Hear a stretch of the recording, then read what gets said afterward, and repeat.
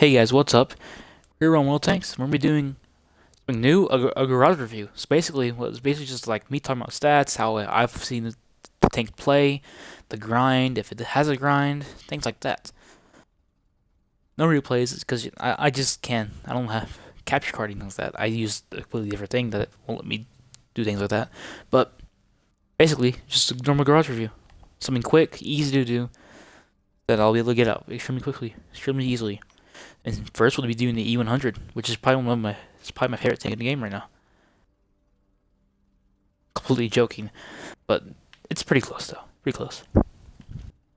So basically, we're gonna talk about armor, ability, firepower, things like that.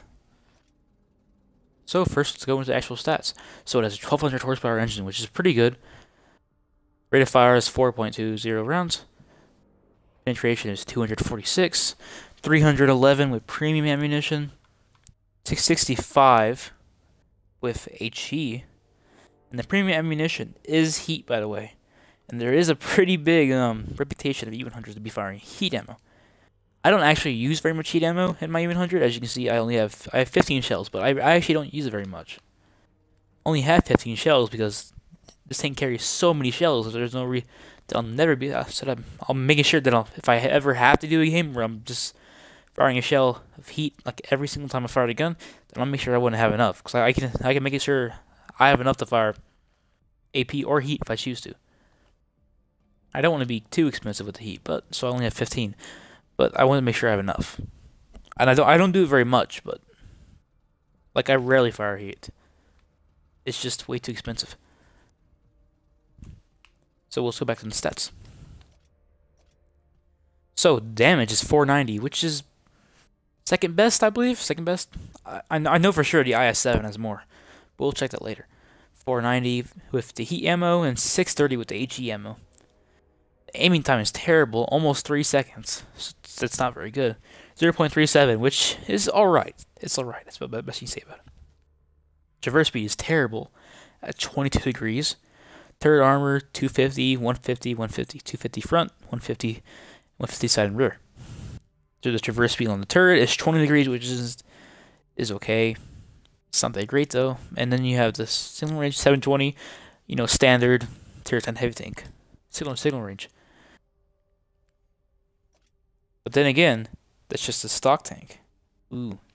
So the gun I was talking about is the 12.8 centimeter KWK L55. It's basically a Moss's gun, but you also have the choice of using the 150 millimeter gun or the 15 centimeter, which is a very, very, very good gun, might I say, which does just as much damage pretty much as the IS-7. It's pretty much better every way except slightly less penetration, but the gold ammo, the heat ammo, is far better. And I actually believe the 12.8 centimeter uses APCR, by the way. Okay, I'm pretty sure it does. I'm not entirely sure, but I'm pretty sure. Premium ammo is better on this. Penetration on HE is better, as well as HE damage. Aiming time is still terrible at 3 seconds. And accuracy is a lot worse, but the gun is a lot bigger. You have to kind of expect that. All you get from upgrading tank is a Top Gun. And the Top Gun, I didn't really have much of a grind with it. I thought the grind was just fine for me. I didn't have any major problems. Wasn't that big of a deal at all. So let's talk about equipment and skills, and then we'll move on to comparing to other tanks and the stats that aren't mentioned in the actual game. So equipment. So I have a large caliber handgun rammer. That's a definite must for pretty much any tank in the game. I would also probably go for enhanced gun lane drive, because the gun has terrible aiming time. And I don't know, it's pretty much your choice. It's kind of experience. I know that you can sometimes have what ammo rack problems, but it's not that big. This doesn't happen to me very much. I'm sure it can happen to some people though. Toolbox could also help, because repair speed is always a big thing on heavy tanks. Spall liner also could help a lot. Vertical stabilizer, no, don't get a vertical stabilizer. Ventilation help a lot. CO2, nah. Belleville washers? Maybe it could, maybe. But I'd probably go for the gunland drive plus vents. It's kind of based on your experience, but that's what I'm gonna go for. And now we'll go for crew skills. So I've so far gone for preventive maintenance because the engine does take a lot of shots because the lower glacis it does damage the engine a lot, so it just kind of helps a bit. Eagle Eye just kind of for fun. I just want to see what it did. It's pretty much the only reason why I have it. Safe stowage to help it. Does it could no reason not to. And repairs because repairs is a huge thing in heavy tanks. And now we'll talk about actual stats. So I'm gonna have Tank Inspector open, but you may not be able to see it, but Tank Inspector is gonna be open for me. So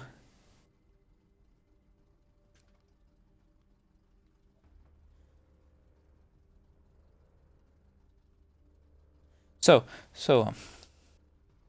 weak spots. You're going to be looking for the lower glacis, obviously, which is down there. Which pretty much all around is about 230, 220 area. Upper glacis, don't shoot at that. It's about over 300 unless you have about 320 penetration. Just don't go for it. The turret is kind of how you angle it. It's about 260 overall, 260 to 280. Gun mantle is extremely strong. In some areas, it's an auto ricochet. There's also some weak spots up here in the top. I can't zoom in on them, sorry, but the view rangefinder and the viewport up here are not the actual view rangefinder on the side, but the actual bar is a weak spot. It's 150 millimeters, but it's not that big of a target. And the viewport is about 200. If you have sub 200, don't shoot at it. Just try to get around it. Side, it's pretty bad. It's pretty flat, And then you have the lower armor, which actually the side armor on the lower area isn't too bad because of the side skirt and the tracks, but it's still not very good. Rear, just shoot anywhere pretty much. I guess if you're a light tank, just don't shoot at the giant hole in the back. That's not an actual weak spot. And also another weak spot is the lower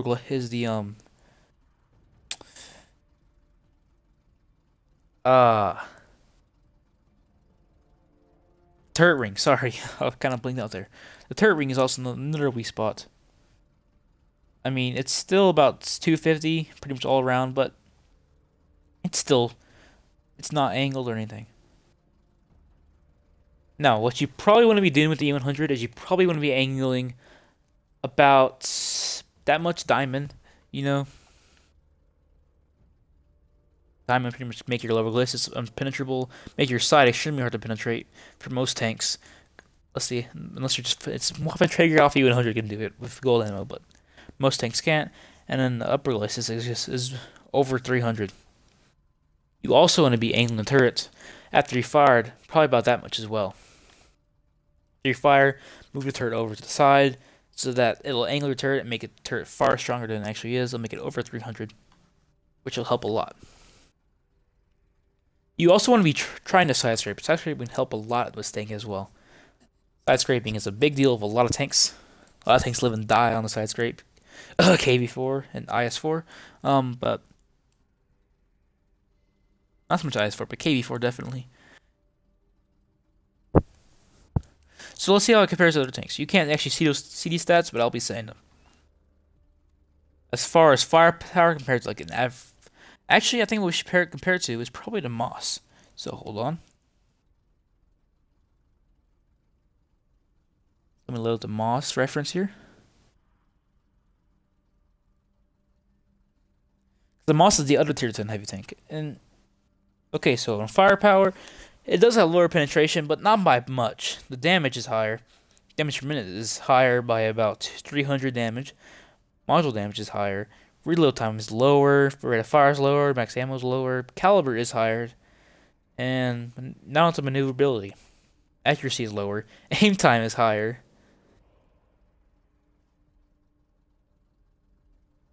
Alright. And Aiming circle after spread, it's pretty much across the board, lower, acceptable on the move, and on vehicle traverse.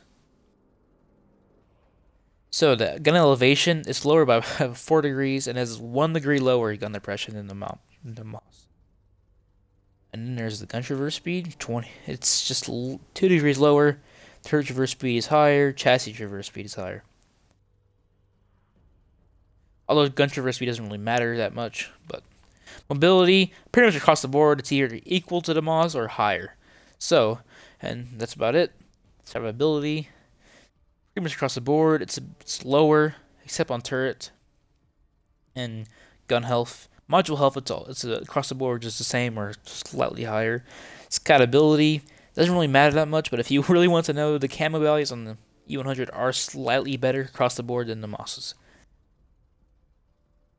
Now, economy, if that really matters to you, the shell price is higher than the Mosses, but the shell price per damage is higher as well.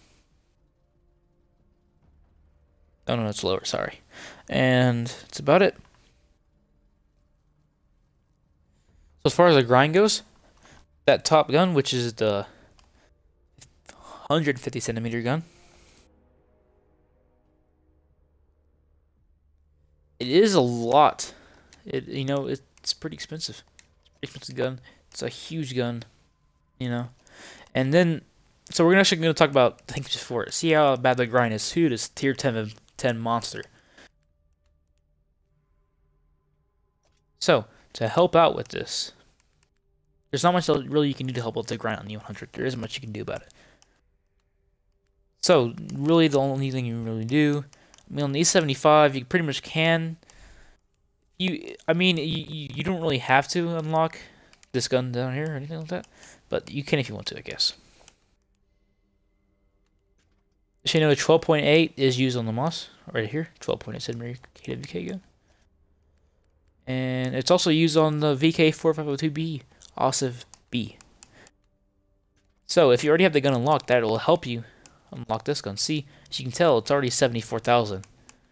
And this one's already 0,000. This is just an engine and the radio. This is 0,000 for me. I haven't gone this line at all, except to 3001P.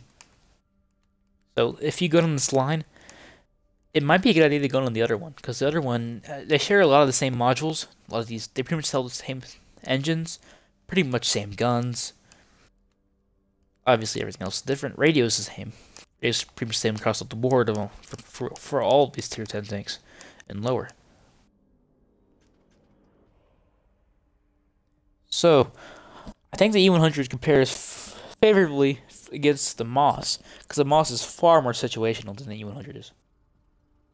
As you can tell, I played a lot of games with 55,000.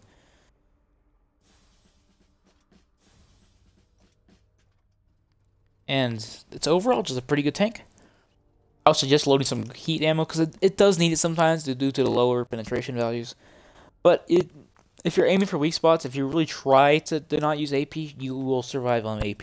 You can survive on AP. It's extremely easy to do it. That's about it for this quick garage review.